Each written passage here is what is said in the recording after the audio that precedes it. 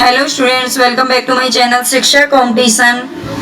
और यहाँ पर हमारी जो काव्य शास्त्र की एक क्लास हम पहले ले चुकी हूँ मैं, और ये काव्य लक्षण की क्लास आज हम यहाँ लेने वाले हैं। काव्य लक्षण जो आपके यूजीसी नेट, आरपीएससी, यूपीएससी या फिर एचपीएससी असिस्टेंट प्रोफेसर के लिए, टीजीटी पीजीटी के लिए बहुत ही इंपॉर्टेंट रहने वाला है। काव्य शास्त्र जहाँ भी पूछा जाता है यहाँ से 100% एक परिभाषा या क्वेश्चन जरूर बनता है, तो आप जरूर अच्छे से देख लेना। और प्लीज आप सभी से रिक्वेस्ट है कि चैनल को सब्सक्राइब जरूर कर लिया करो, लाइक कर दिया करो। वैसे कल मैं ये लाइव लेके आने वाली थी, क्लास लाइव की भी थी, लेकिन पता नहीं उसमें कुछ इश्यू था नेटवर्क का, तो वो हो नहीं पाया, तो उसके लिए हम सॉरी। और अभी हम फिलहाल ये रिकॉर्डेड ही आपको ये क्लास मिलेगी, उसका थोड़ा सा नेटवर्क का प्रॉब्लम है, तो उसको मैं करवाऊंगी, उसके बाद ही हम लाइव क्लास दे पाएंगे।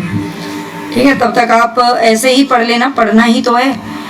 तो चलते हैं हम अपनी क्लास की तरफ। प्लीज चैनल को सब्सक्राइब जरूर कर लेना, और भाई वीडियो को लाइक कर दिया करो, शेयर कर दिया करो ज्यादा से ज्यादा। ठीक है, आप अगर सपोर्ट नहीं करेंगे तो फिर इतनी सारी मेहनत करने का फायदा ही क्या है। तो आप जरूर सपोर्ट करें, आपके सपोर्ट के ऊपर ही इतनी सारी मेहनत की जाएगी, अदरवाइज भाई फिर तो देखो नहीं हो पाता ना। तो संस्कृत व हिंदी दोनों के कवियों ने काव्य के लक्षण दो आधार में बताए हैं। केवल 1 मिनट रुक जाइए आप, 1 सेकंड।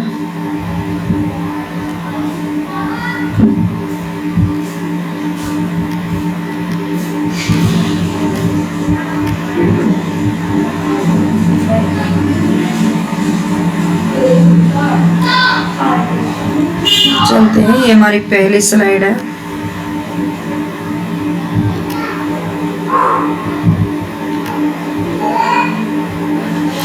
देखिए यहाँ पर संस्कृत व हिंदी दोनों के कवियों ने काव्य के लक्षण 2 प्रकार से बताए हैं। क्या हो गया, आधार कौन से हैं? संस्कृत व हिंदी दोनों के कवियों ने काव्य के लक्षण 2 आधार पर बताए हैं। शब्द और अर्थ के आधार पर, शब्द रस व ध्वनि के आधार पर काव्य।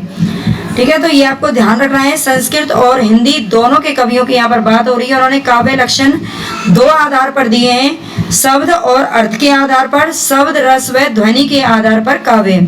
शब्द व अर्थ के आधार पर संस्कृत आचार्यों के मत हम यहाँ पर देखेंगे। पहले यहाँ से बहुत ही इंपॉर्टेंट है, ये जो भी परिभाषाएं उसमें पेपर में पूछी जाती हैं काव्य लक्षणों के ही अंतर्गत आती हैं, तो इनका आप अच्छे से देखें। भामा सबसे पहले नाम आता है, भामा का। भामा आप जानते हैं जो अलंकार सिद्धांत के प्रवर्तक हैं, तो ये कहते हैं शब्दार्थौ सहितम काव्यम, शब्दार्थौ सहितम काव्यम। ये परिभाषा इन्होंने दी है काव्य लक्षण के लिए। शब्द और अर्थ साथ हो वही काव्य होगा। भामा जी का कहना है कि शब्द और अर्थ जिस काव्य में साथ में हो वही काव्य होगा। शब्द और अर्थ दोनों साथ में होने चाहिए। शब्दार्थौ सहितम काव्यम, यही परिभाषा पूछी जाती है, बहुत बार पूछी जा चुकी है, इसलिए अच्छे से याद रखें। रुद्रट, आगे रुद्रट आचार्य का नाम आता है। ननु शब्दार्थो काव्यम, इन्होंने काव्य लक्षण की क्या परिभाषा दी है? ननु शब्दार्थो काव्यम, जिस शब्द का अर्थ रहे उसे काव्य कहेंगे। रुद्रट का कहना है कि जिस शब्द का अर्थ रहे उसे काव्य कहेंगे। बात एक ही है, दोनों ने कुछ मिलती जुलती सी परिभाषा दी है, भामा और रुद्रट ने। बस ये वाली जो संस्कृत वाली है ना, थोड़ी सी अलग है ना। ननु शब्दार्थो काव्यम, इसको ध्यान रखना है। ननु, ननु ये कीवर्ड, आप कोई भी जो परिभाषाएं होती हैं पूरी की पूरी याद नहीं होती, तो कोई ऐसा कीवर्ड आप पकड़ लिया करें और उसको उस आचार्य के साथ जोड़ दिया करें। ठीक है, तभी याद होंगी ये चीजें माइंड में लंबे समय तक। तो ननु शब्दार्थो काव्यम, ये परिभाषा किसने दी है? रुद्रट ने दी है। उनका कहना है कि जिस शब्द का अर्थ रहे उसे ही काव्य कहेंगे। मम्मट आचार्य का क्या कहना है? तद दोषौ शब्दार्थो सगुना अवन अलंकृतक पुनि क्वापि। तद दोषौ शब्दार्थो सगुना वन अलंकृतक पुनि क्वापि। ये परिभाषा किसकी है? तो ये मम्मट ने दी है। और मम्मट जी कहते हैं कि जो काव्य है वो दोष से रहित होना चाहिए, यानी कि उसमें कोई दोष नहीं होना चाहिए, गुण के सहित होना चाहिए, गुणों से भरपूर होना चाहिए और अलंकारों से युक्त होना चाहिए। ठीक है, काव्य वही होता है जिसमें अलंकार भी हो गुण भी हों लेकिन दोष नहीं होने चाहिए। ठीक है, ये किसकी है? ये मम्मट की परिभाषा है। वामन जो रीति संप्रदाय के प्रवर्तक है, वामन की यहाँ पे बात हो रही है। सदोष गुना अलंकार हसादाभ्याम। ठीक है, सदोष गुना अलंकार हसादाभ्याम, ये परिभाषा किसने दी है? वामन ने दी है। जिसमें दोष हो, गुणहीन हो, वह काव्य ही नहीं है। मतलब इन्होंने तो ये बोला है कि जो जिसमें दोष हो, जिस काव्य में कोई दोष हो और वो गुणों से रहित हो, तो वह काव्य ही नहीं हो सकता। मिलती जुलती परिभाषा है बिल्कुल मम्मट के और इनकी, है ना, लेकिन थोड़ी सी क्या है, याद रख लेना। हसादाभ्याम ये शब्द आप पकड़ लेना। हसादाभ्याम यानी कि हंसते हुए। वामन क्या है? हंसते हुए रहते हैं। वामन ने एक और भी परिभाषा दी है, काव्यम शब्दोयम गुना अलंकार संस्कृतयो शब्दार्थयो वर्तते। ठीक है, ये परिभाषा एक और भी दी है, वामन के द्वारा दी गई है। काव्यम शब्दोयम गुना अलंकार संस्कृतयो शब्दार्थयो वर्तते, ये परिभाषा भी वामन ने दी है, ये ध्यान रख लेना। कुंतक आचार्य की यहाँ पे बात हो रही है। शब्दार्थो सहितो वक कवि व्यापार शालिनी वदे व्यवस्थितौ काव्यम तद विदाद कारिणी। ठीक है, इस शालिनी कारिणी इस प्रकार के जो शब्द हैं वो किसने दिए हैं? कुंतक ने दिए हैं। और ये काव्य लक्षण की परिभाषा है, ये भी ध्यान रख लेना। हम काव्य लक्षण पढ़ रहे हैं यहाँ पर, तो ये सारी जो परिभाषाएं हम पढ़ रहे हैं वो काव्य लक्षण को लेकर के हैं। ठीक है, वाग्भट की अगर बात करें तो गुना अलंकार रीति रस सहित दोष रहिति शब्दार्थो काव्यम। गुना अलंकार रीति रस सहित दोष रहिति शब्दार्थो काव्यम, ये वाग्भट ने परिभाषा दी है। और एक और इनकी परिभाषा है दूसरी, साधु शब्दार्थ संदर्भ गुना अलंकार भूषितम। साधु शब्दार्थ संदर्भ गुना अलंकार भूषितम स्फुट रीति रसायतम काव्य कुर्वीत कीर्तये। साधु शब्दार्थ संदर्भ गुना अलंकार भूषितम स्फुट रीति रसायतम काव्य कुर्वीत कीर्तये। तो ये परिभाषा किसने दी है काव्य लक्षण के लिए? वाग्भट के द्वारा दी गई है। ठीक है, तो ये दोनों जो परिभाषाएं गुणालंकार रीति रस सहित दोष रहिति शब्दार्थो काव्यम। साधु शब्दार्थ, ये साधु जो शब्द है इन्हीं की परिभाषा में आया है और किसी की में नहीं है, तो यहाँ से आप पकड़ सकते हैं। चलते हैं नेक्स्ट, जो हमारी परिभाषा है किसने दी है? आनंदवर्धन ने। आनंदवर्धन जो कि ध्वनि संप्रदाय के प्रवर्तक माने जाते हैं। आनंदवर्धन क्या कहते हैं? काव्यासात्मा ध्वनि, काव्य आत्मा ध्वनि। ठीक है, काव्य की जो आत्मा है वो ध्वनि को मानते हैं। कौन? आनंदवर्धन। तो इनकी भी ध्यान रख लेना। शब्दार्थ शरीरम ताव काव्यम। ठीक है, शब्दार्थ शरीरम ताव काव्यम, ये दोनों परिभाषा याद रखनी है, आनंदवर्धन से संबंधित है। हेमचंद्र का नाम आता है अदोषौ, है ना, हमने पीछे एक परिभाषा पढ़ी थी मम्मट की जिसमें तद दोषौ था। ठीक है, तद दोषौ वहां से आप याद रख सकते हैं। इनमें कहते हैं अदोषौ सगुणौ स अलंकार च शब्दार्थो काव्यम। हेमचंद्र जी क्या कहते हैं? अदोषौ सगुणौ स अलंकार च शब्दार्थो काव्यम, ये परिभाषा किसकी है? तो ये हेमचंद्र की है। राजशेखर क्या कहते हैं?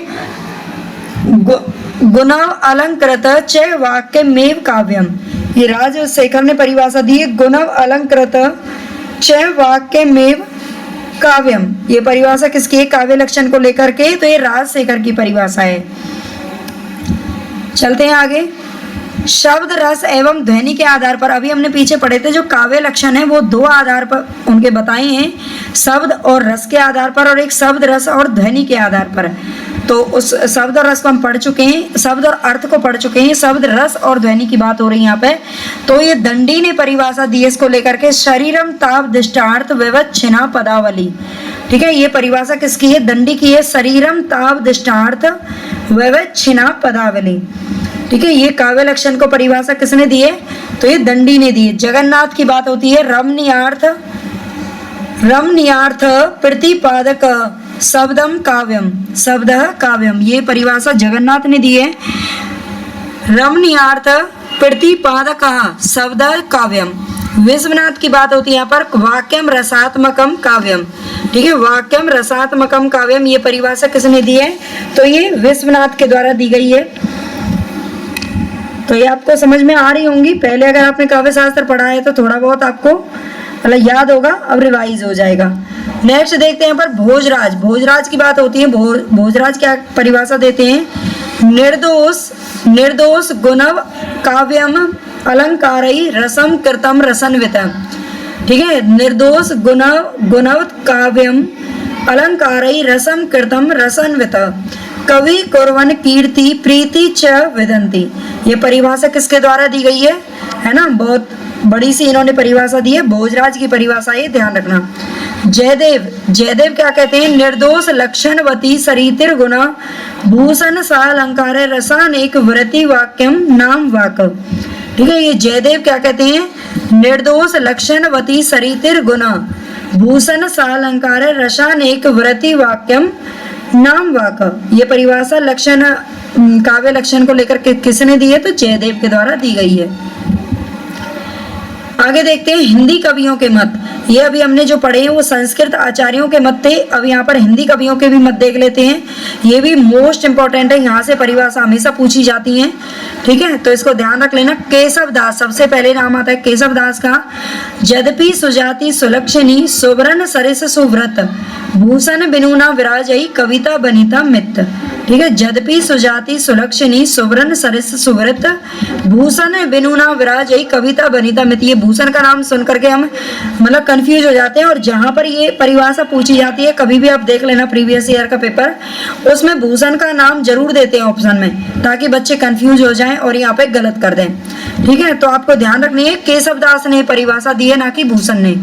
चिंतामणि, आगे चिंतामणि का नाम आता है। सगुना अलंकरण सहित दोष रहित जो होई शब्द अर्थता को कवित्व कहत विबुध सब कोई। ये परिभाषा किसने दी है, तो ये चिंतामणि के द्वारा दी गई है, जो कि रीतिकाल के प्रवर्तक कवि भी माने जाते हैं। ठीक है, रामचंद्र शुक्ल जी के द्वारा। सगुना अलंकरण सहित दोष रहित जो हुई शब्द अर्थता को कवित्व कहत विबुध सब कोई। ये परिभाषा काव्य लक्षण के लिए चिंतामणि के द्वारा दी गई है। सुरती मिश्र, सुरती मिश्र क्या कहते हैं, वर्णन मनरंजन जहाँ रीति अलौकिक है निपुण कर्म कवि जो जुति ही काव्य कहत सब कोई। ये परिभाषा किसकी है, तो ये सुरती मिश्र की है। वर्णन मनरंजन, ये नाम याद रख लेना यहाँ से, मतलब कोई एक दो कीवर्ड आपको ध्यान रखने हैं जो आपको अच्छे से पेपर में याद दिला सके परिभाषा की। ठीक है, तो वर्णन मनरंजन जहाँ रीति अलौकिक, ये कौन कहते हैं, सुरती मिश्र जी कहते हैं। ये भी रीतिकाल के ही कवि हैं, ये ध्यान रख लेना। महावीर प्रसाद द्विवेदी, महावीर प्रसाद द्विवेदी जो कि जिनके नाम पर द्विवेदी युग का नाम रखा गया है, ये क्या कहते हैं, अंतःकरण की वृत्तियों के चित्र का नाम ही कविता है। ये कविता के जो लक्षण है उसके लिए बोलते हैं कि अंतःकरण हमारे अंदर की वृत्तियां, यानी कि जो काल्पनिक चीजें होती हैं, अंदर के जो विचार होते हैं, उनके चित्र का नाम ही क्या है, कविता है। ये किसका कहना है, तो महावीर प्रसाद द्विवेदी का कहना है। और इन्होंने एक और भी परिभाषा दी है महावीर प्रसाद द्विवेदी जी ने, शिक्षित कवि की उक्तियों में चमत्कार का होना परम आवश्यक है। शिक्षित कवि की उक्तियों में चमत्कार का होना परम आवश्यक है। यदि कविता में चमत्कार या विलक्षणता नहीं है तो आनंद नहीं है। ठीक है, और आनंद नहीं है तो वो कविता भी नहीं है। ऐसा किसका मानना है, महावीर प्रसाद द्विवेदी जी का मानना है। आगे आते हैं हमारे सुमित्रानंदन पंत जी, जो कि छायावादी कवि हैं। सुमित्रानंदन पंत क्या कहते हैं, कविता हमारे परिपूर्ण क्षणों की वाणी है। ये सुमित्रानंदन पंत जी का कहना है कि कविता हमारे परिपूर्ण क्षणों की वाणी है। ठीक है, तो ये सारी परिभाषाएं आपको याद रखनी है।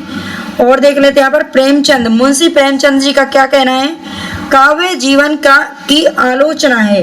ये काव्य को क्या बताते हैं, जीवन की आलोचना बताते हैं। ये पूछे जा चुके हैं सारे क्वेश्चन, तो इनको भी एक बार अच्छे से याद रख लेना। गुलाब राय क्या कहना है, गुलाब राय का कहना है कि आत्म विस्तार में ही काव्य की क्या है, पूर्णता है। ठीक है, आत्म विस्तार में ही काव्य की पूर्णता है। ये किसका मानना है, तो गुलाब राय जी का मानना है। तो यहाँ पर हमारी जो क्लास है काव्य लक्षण के लिए सारे इंपॉर्टेंट क्वेश्चन जो बन सकते हैं वो मैंने यहाँ पर रख लिए हैं। आगे हम काव्य हेतु की क्लास लेंगे। ठीक है, तो आप चैनल को सब्सक्राइब और लाइक जरूर कर लेना। Thank you very much.